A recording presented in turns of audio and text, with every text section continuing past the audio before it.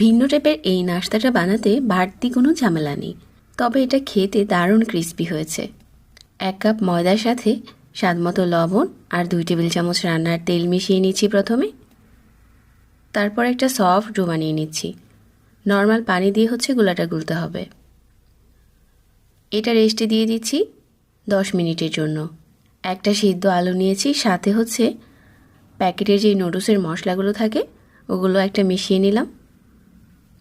এখন এই রুটিটা থেকে বড় সাইজের একটা রুটি বানিয়ে মাঝ বরাবর এরকম আলুর পুর লাগিয়ে এভাবে করে ভাঁজ দিয়ে সাইড থেকে এরকম করে স্লাইস করে নিচ্ছি।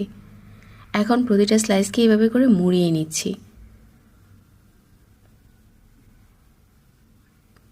তারপর রোলের মতো করে বানিয়ে নিচ্ছি।